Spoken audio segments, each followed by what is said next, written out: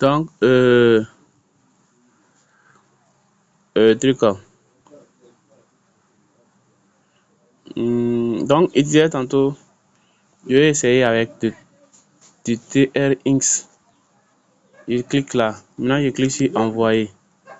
Quand je clique sur envoyer, je colle l'adresse de la personne. Je vais sur mon temps. Vous voyez, ici, c'est différent, ok?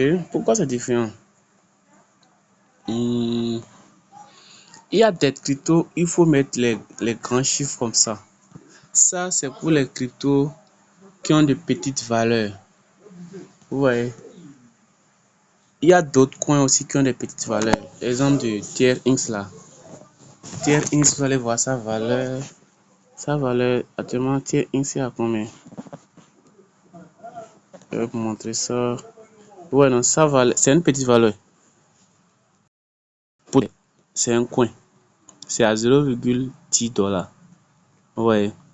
Donc, si vous avez suivi le début, on avait expliqué comment faire truc. La différence entre les coins et les tokens, on a dit que les coins sont les cryptos de grande valeur. Mais il y a aussi des coins qui ont des petites valeurs. C'est le cas de TRX par exemple. Donc ça, c'est à 0,10. S'il s'agit des crypto-monnaies qui ont des petites valeurs, vous pouvez mettre des nombres, des grands nombres lors du transfert. Maintenant, avant d'envoyer, Trustwallet a modifié les trucs. Sinon, avant, on pouvait voir le montant. Au fait, le montant envoyé s'affiche en bas. Ici, c'est le nom de pièce que vous voulez envoyer à la personne. Mais le montant, si c'est 10 $ par exemple, vous allez écrire de telle sorte que ça fasse 10 $ en bas ici. Et non, vous allez mettre les 10 $ dans la case. Ouais, non. C'est un peu comme ça. Ouais. Donc, peu importe la crypto, c'est pareil. Vous prenez pour Ethereum. Je n'ai pas de fonds sur Ethereum, mais je vais expliquer aussi brièvement. Vous cliquez sur envoyer. Soit vous venez sur la liste en bas. Bon, je disais pour envoyer, il y a des options, mais c'est pas des options, il y a 3 options même. Et il y a 3 options. La première option, c'est ici. Vous cliquez sur rechercher la crypto. Vous tapez par exemple ETH. Et ça donne ça. Vous cherchez le réseau. Vous cliquez là. Puis, vous cliquez sur envoyer. Vous mettez l'adresse de la personne. Vous mettez montant. Arrivez au nom de montant là. Et si c'est 10 $, vous n'allez pas mettre 10 ici. Non. Vous allez mettre quelle valeur vous allez mettre en haut ici pour que ça fasse 10 $. C'est ce que vous allez faire au fait. Vous voyez. C'est ce que vous allez faire. Maintenant, avant, Trustwallet permet de mettre, même si on n'a pas de l'argent, pour voir la valeur. Mais maintenant, ils ont tout modifié, on ne voit plus. Il faut que tu puisses avoir de l'argent pour que ça t'affiche les valeurs. Donc, normalement, de mettre quel nombre, merci pour que ça puisse donner les 10 $ en bas. Quand c'est les cryptos de grande valeur, vous commencez par les 0,0. Ouais, 0,0. C'est comme ça. Quand c'est les cryptos de grande valeur, vous commencez par les 0,0. Et puis à vous de voir. En tout cas, en fait, de telle sorte que ça puisse afficher les 10 $ ou bien le montant que vous l'envoyez en bas ici. Ouais, donc c'est comme ça on fait. C'est la même chose, donc il dirait qu'il y a 3 options pour envoyer les crypto-monnaies sur Trustwallet. La première option, vous cliquez ici, vous recherchez, vous choisissez dans la partie rechercher. La deuxième option, c'est vous cliquez sur envoyer ici, puis vous recherchez la crypto. Quand vous cliquez sur envoyer ici, là, envoyer, cliquez sur envoyer, ça affiche directement la liste des cryptos où vous avez de l'argent. Vous voyez, moi, par exemple, ici, il y a seulement l'argent Citron. Ouais. La troisième option, c'est ici, dans la grande liste du menu principal. Vous cliquez sur l'une des cryptos que vous voulez envoyer. Par exemple, du TRX là. Vous cliquez là. Vous cliquez sur envoyer.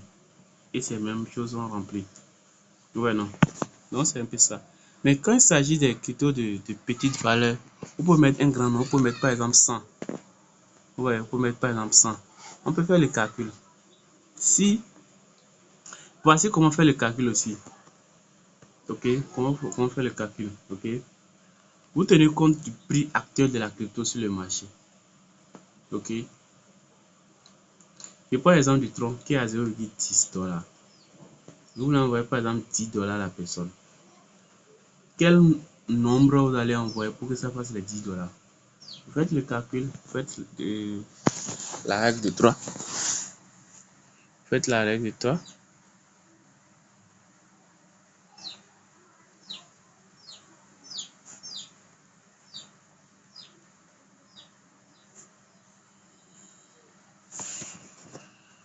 Maintenant, on dit une pièce de TRX est à 0,10 $. Une seule pièce. Maintenant, combien de pièces sont envoyées pour que ça fasse 10 $? Donc, vous écrivez sur une feuille 1 P. 1 P veut dire pièce quoi. Une pièce de TRX. Vous mettez une flèche entre 0,10 $. Maintenant, vous mettez en bas de 1 P là, vous mettez point d'interrogation et vous tirez une flèche encore. Vous mettez de l'autre côté 10 $. C'est-à-dire combien de pièces on envoie pour que ça fasse 10 $. Donc, on fait la règle de 3.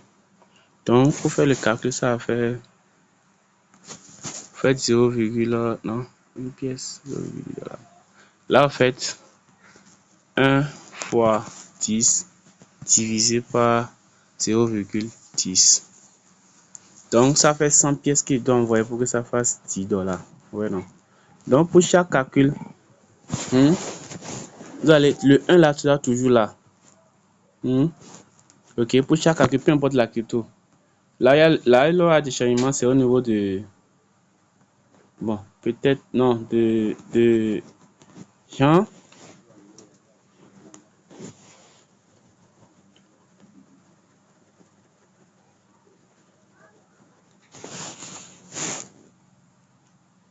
Ces mêmes opérations va procéder pour toutes les cryptos. Ouais, ces mêmes opérations va pour toutes les cryptos. Mais là, il y a des différences, ok. C'est au niveau du. Je crois, si je ne me trompe pas bien, du dividende. Dividende compose l'opération. C'est-à-dire le nombre, ok. Le nombre à diviser, oui. Si je peux expliquer ça de cette manière. Le nombre à diviser. Oui. Le nombre à diviser. Et le nombre là, c'est toujours le prix de la crypto. Peu importe la crypto. Tiens, je prends un autre exemple. Je vais sur Trustwallet. Je regarde la valeur de l'Ethereum. Je regarde la valeur de l'Ethereum.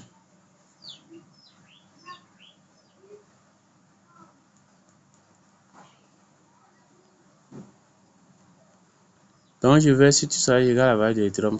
Ethereum actuellement est à 2061 $. 2061 $. Donc, quand je fais le calcul, je fais 1 fois 10 divisé par 2061. C'est-à-dire que pour pouvoir envoyer 10 $ à la personne, je dois envoyer 0,0048. Vous voyez, ETH. Donc, dans la partie de truc de la case où on met le montant, c'est 0,0048 ETH. Maintenant, ça, c'est quand c'est de 10 $. Si c'est de 100 $, vous allez juste compléter un zéro.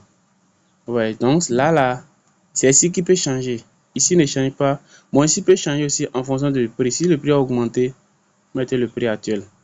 Ici, là ne change jamais. C'est-à-dire, c'est une pièce. Quand une pièce donne 2061 $, et pour avoir 100 $, combien de pièces sont envoyées? Donc, vous faites comme ça, c'est 0,048. Ou bien, bon, tout le nombre, 0,048 ou bien 0,0485. Ouais. Donc, c'est un peu ça. C'est qu'on s'en fait le calcul pour connaître le nombre de pièces envoyées. Peu importe la crypto. Ok? N'importe la crypto. Maintenant, on quitte là. On part maintenant. On va enchaîner.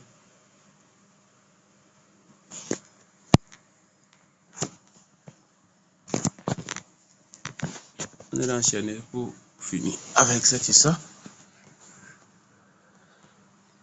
Donc, on était en train d'envoyer. Donc, il dit qu'envoyer à 3 options. La première option est dans la partie recherchée. La deuxième option, c'est ici. La troisième option, On clique directement sur l'une des cryptos après l'avoir ajouté.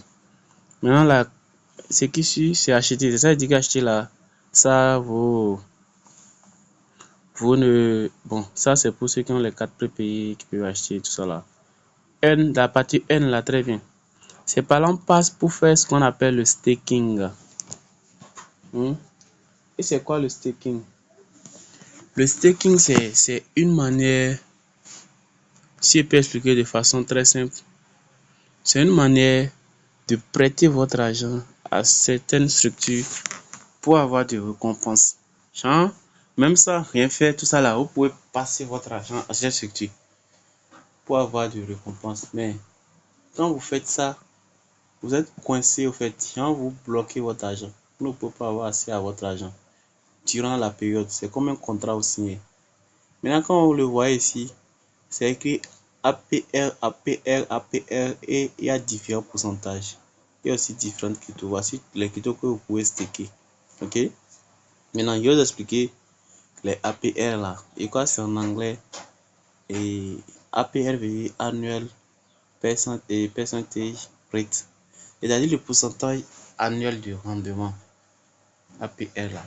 C'est-à-dire, lorsque vous passez votre argent à cette structure, la personne va vous, et ils vont vous aurez 36%. Par exemple, quand on prend Evmos là, vous aurez 36% de profit en un an.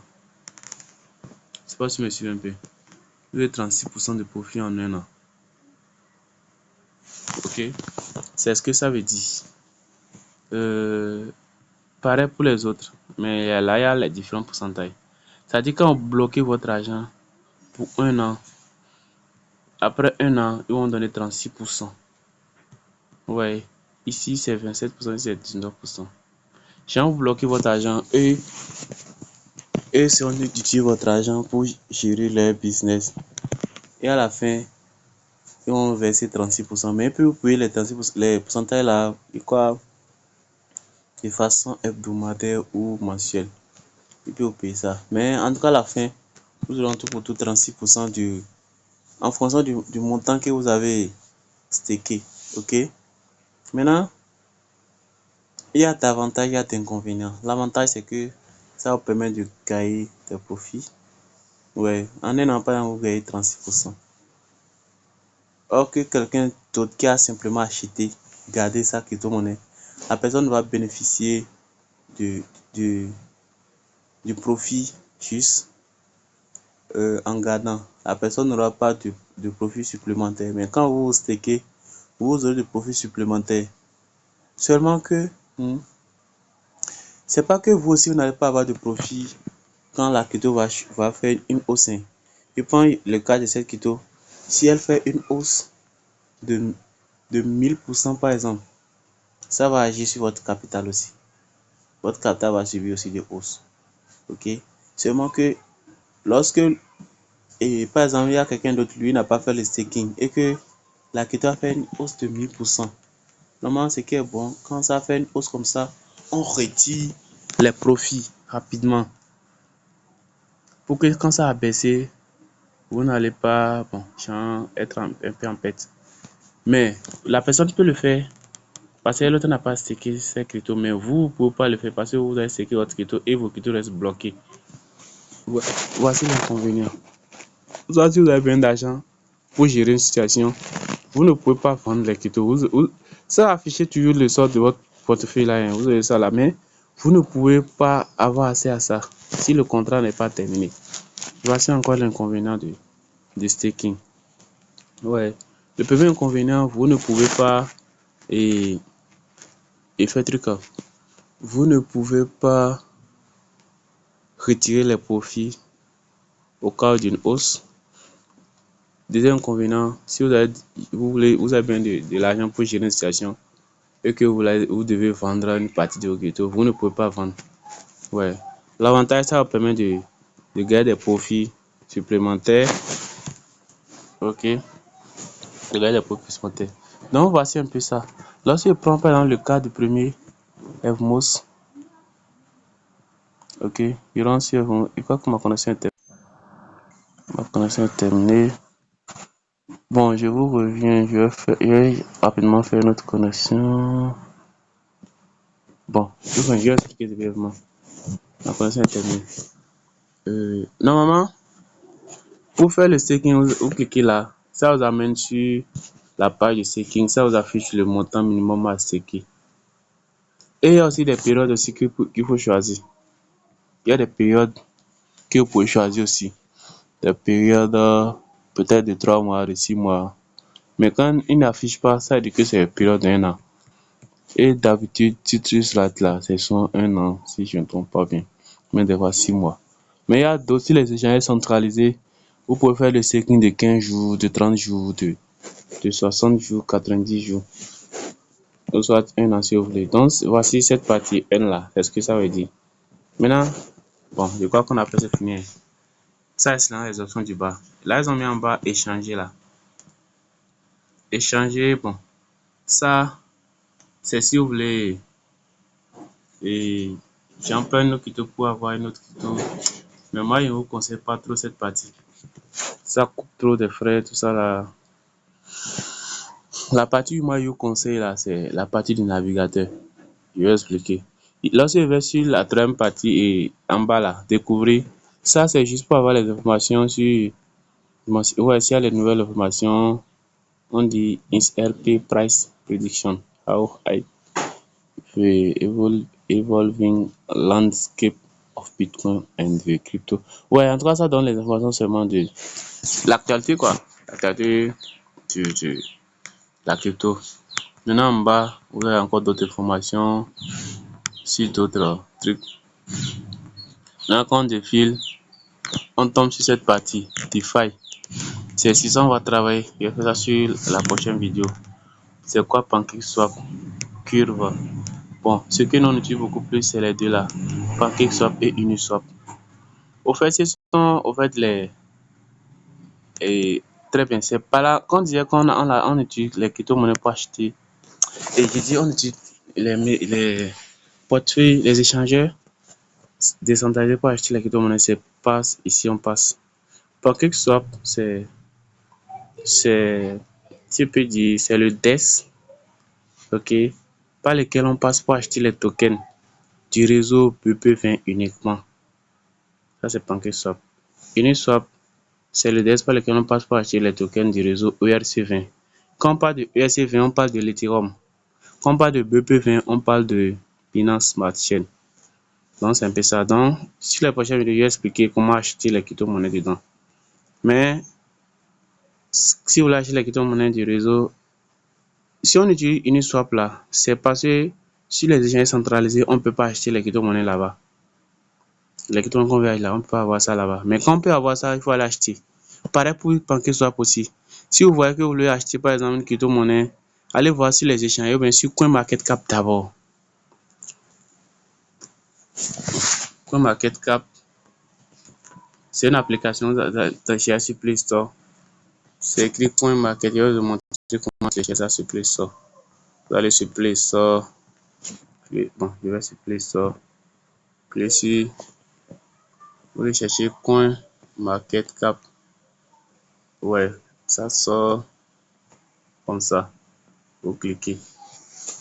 Vous cliquez sur ouvrir. Bon, chez moi, j'ai déjà téléchargé. Vous allez cliquer sur installer. En fait, CoinMarketCap, c'est le site qui donne les informations sur toutes les crypto-monnaies. C'est-à-dire le nombre de crypto-monnaies qui existent, le nombre d'échangeurs. Et quand on prend chaque crypto-monnaie, ça donne toutes les informations sur la crypto-monnaie. C'est-à-dire son historique, qui sont ses fondateurs, quels sont les échangeurs où on peut acheter la crypto-monnaie. Ça donne tout. Donc quand vous tombez sur ça, vous venez sur cette partie dans recherche. C'est là où rechercher la crypto-monnaie pour connaître le marché où il faut acheter. Ok, donc si je viens ici, c'est pour parler un peu de trucs là, des DES là. Ok, je prends l'exemple d'une crypto, par exemple, ou choisir une crypto quelconque. Je prends par exemple quelle crypto.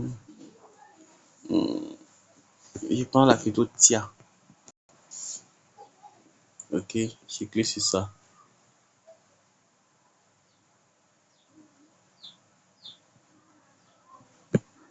Donc, quand je vais sur TIA, ça donne ça. Si vous voulez lire les informations sur la crypto, cliquez sur tout affiché. Non, pas cette partie. Vous cliquez plutôt sur. Vous défilez un peu, vous allez voir quelque part c'est écrit. Oui, c'est ça. Ici, si Alain, si je ne me trompe pas bien, non, ça c'est pour voir la communauté. Ok. C'est quoi?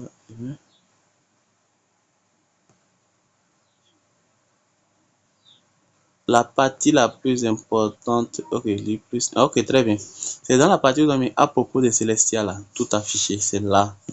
Vous rentrez là, et puis vous allez voir les informations sur la crypto, mais ici, je crois que c'est en anglais. En anglais, ouais. On donne l'historique. Comment est-ce qu'ils ont créé la crypto-monnaie là. Maintenant, quand vous venez tomber ici, ça c'est, vous êtes dans la partie vide ensemble. Vous voyez ici communauté, vous allez voir les différentes discussions que les gens essaient. Et bon, les gens commentent, ils ont commenté à propos de cette crypto. Ouais. Maintenant, vous allez sur, bon, toujours dire là, toujours dans la partie. Vous allez maintenant sur actualité. S'il y a des nouvelles informations à propos de TIA, ils vont tout expliquer là. Maintenant, dans la partie marché, très bien, c'est par là on passe. Dans la partie marché, c'est par là on passe pour voir les différences échangeurs où on peut acheter TIA. Ouais, comme vous le voyez ici, on met TIA bas USDT, c'est-à-dire TIA est coté avec USDT. J'espère que vous connaissez déjà ce qu'on appelle USDT. On a parlé de ça dans le cours passé. Donc, vous voyez, là, dans mes liquidités là, ici, c'est ça ici. Binance, Coinbase, Binance, KuCoin, Kraken, Binance, Kraken. Ce sont les échangeurs où on peut acheter les crypto-monnaies TIA là, ça. Donc, vous défilez correctement, vous défilez pour voir où est-ce qu'il faut acheter. Je prends une crypto, par exemple, je prends par exemple le cas de Mémé. Mémé, c'est, je tape Mémé. C'est une crypto qui est en train de faire du fureur ces derniers temps. Tapez Mémé, Mémé point. Vous tapez comme ça et ça donne ça. Puis, vous défilez pour aller dans la partie marché. Mémé est du réseau, je crois, ça a plusieurs réseaux, mais beaucoup plus le réseau Ethereum. Quand vous voyez sur la liste de Mémé là, vous voyez par exemple, il y a Binance, KuCoin, Binance, Uniswap, vous voyez. Est-ce que j'expliquais? Donc, la gars a dit qu'il allait venir sur CoinMarketCap pour vous expliquer. Donc, ouais, Uniswap qui est le DES. Le DES par lequel on passe pour acheter les tokens du réseau ERC20, c'est-à-dire du réseau Arbitrum, et du réseau Ethereum plutôt, du réseau Ethereum. Ouais. Donc, il y a Uniswap, on peut acheter, même là sur Uniswap, sur Binance. Donc, pour acheter une crypto-monnaie, genre pour savoir s'il faut passer par Trust Wallet pour acheter d'abord, ok? Même si vous voulez conserver, parce qu'ils ont dit c'est bon de conserver les crypto-monnaies sur Trust Wallet, vous voulez les sécurités. Mais si vous voulez conserver la crypto sur Trust Wallet, et que vous demandez s'il faut acheter sur Trust Wallet ou bien il faut aller acheter sur les échanges centralisés, vous allez sur CoinMarketCap pour voir, vous avez la réponse. Vous allez sur le marché, vous allez voir quels sont les échangeurs où on peut acheter ça. Si vous voyez les échangeurs centralisés, par exemple Binance KuCoin là, c'est un échangeur centralisé. Uniswap, c'est un échangeur décentralisé, Uniswap. Okain, c'est aussi un échangeur centralisé. Okain, Bybit, HT Inc, Gate.io, Bitget là, c'est la même chose comme Binance, SuperS et autres. Ok. Ouais, il y a .on, MESC, Global, FEMES, ainsi de suite. Tout ça sont les échangeurs centralisés. Et quand on défile un peu, on vient voir, on trouve que c'est aussi disponible sur PancakeSwap, qui est aussi un truc c'est un test par lequel on passe pour acheter les tokens du réseau BEP20. Et quand on parle de BEP20, on parle de Binance Smart Chain. Et quand vous voyez comme ça veut dire alors que ce token-là est dans deux différents réseaux, ou même dans plusieurs réseaux. Parce que si c'est uniquement un seul réseau, on doit voir uniquement Uniswap. Mais quand vous voyez les deux là, Uniswap et PancakeSwap, c'est-à-dire qu'il y a deux différents réseaux. Il y a l'Ethereum, il y a le Binance Smart Chain. Ouais. Donc, si vous voyez que il y a les échangeurs très simples, vous pouvez l'acheter. Là, vous regardez quel échangeur vous allez utiliser. Vous allez sur l'échangeur là, vous envoyez les USDT dedans, vous achetez. Puis vous envoyez maintenant sur Trust Wallet. Ouais, non. Vous achetez puis vous envoyez sur Trust Wallet. Donc c'est comme ça se passe. Maintenant, il y a encore une autre chose. Oh, pourquoi c'est sorti? Il y a encore une autre chose.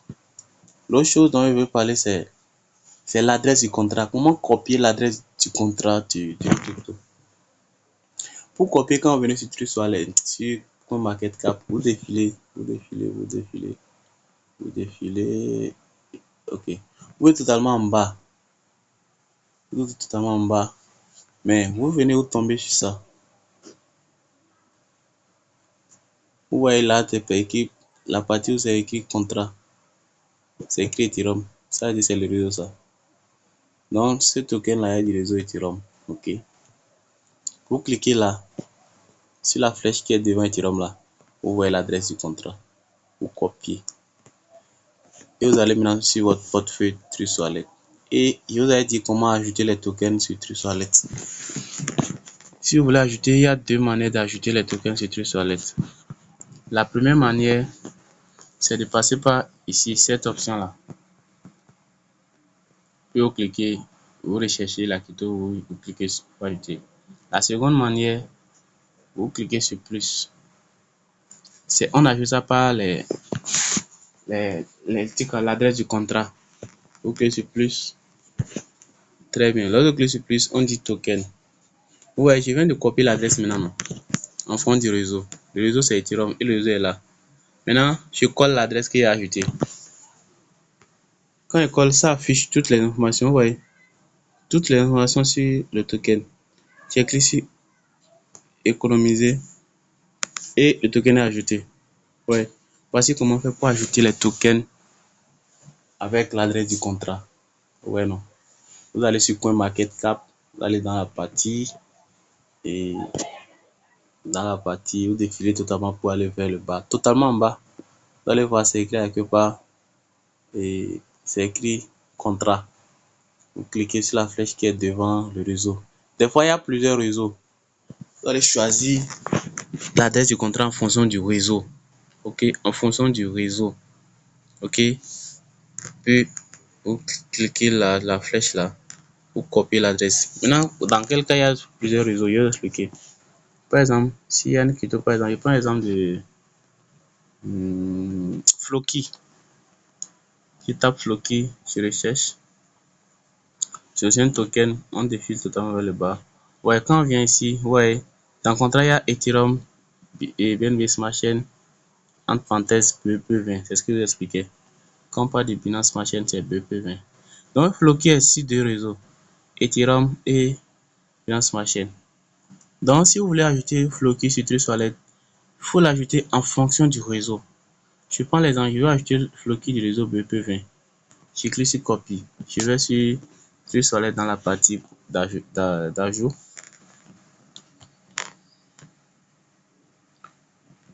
Je vais ici. Est-ce que vous connaissez la partie où on ajoute? C'est cette partie où on passe par ajouter. Si vous voulez ajouter les cryptos qui sont directement sur Trust Wallet, vous recherchez la crypto. Quand vous tapez Floki, bon, si vous tapez le nom de la crypto et que ça sort, vous pouvez cocher. Mais il faut faire très attention avec le réseau. Floki, par exemple, c'est ici sur le réseau Ethereum. Il y a Floki du réseau Binance Smart Chain. Faites très attention avec les cryptos aussi. Ouais, quand on écrit Floki, en bas de ça, il doit y avoir Floki. Floki et en bas Floki. Mais si on met l'île Floki ou même un Floki en bas, Shiba Floki, c'est pas ça. C'est du faux.